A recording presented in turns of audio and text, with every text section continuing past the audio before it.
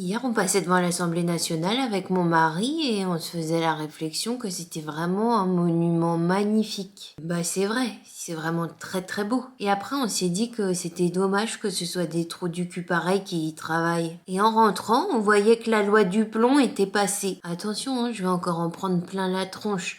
Je fais pas une généralité. Il y a des gens très bien, évidemment, qui travaillent à l'Assemblée nationale. Mais quand même, 316 députés ont voté pour. Et ils ont applaudi.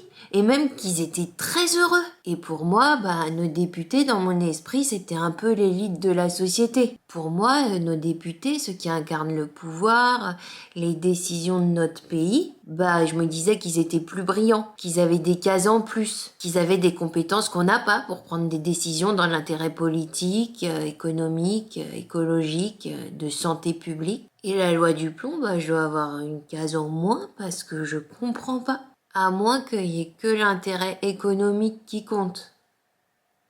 Ah, c'est donc ça. Non, parce que je sais pas si vous avez suivi, mais en gros, la loi du plomb, elle prévoit de faire 10 pas en arrière quand tu penses avoir réussi à faire un petit pas en avant au bout de 10 ans. Elle prévoit de réintroduire les néonicotinoïdes pour préserver certaines cultures comme les betteraves par exemple. Parce que les pucerons bouffent les betteraves. Mais c'est pas grave, laissez les betteraves aux pucerons. Et je veux pas me mettre à dos les agriculteurs. C'est juste qu'en plus de tuer les abeilles, d'être de la merde, ça vous rend malade en premier, les néonicotinoïdes. Vous et vos enfants, vous êtes en première ligne. Et c'est pas un petit rhume, hein.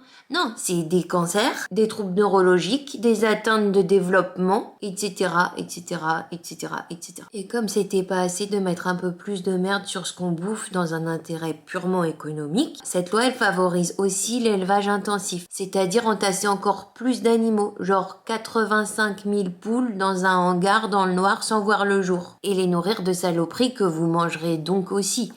Députés y compris. Ah, et enfin cette loi, elle favorise la création des méga-bassines en allant puiser l'eau dans les nappes phréatiques. Alors tout ça, ça favorise les grandes exploitations, mais pas les petits agriculteurs qui vont en chier encore plus. Je suis perdue.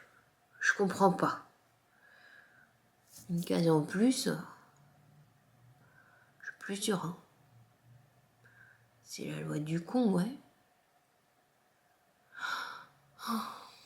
Je vais en prendre plein la gueule encore.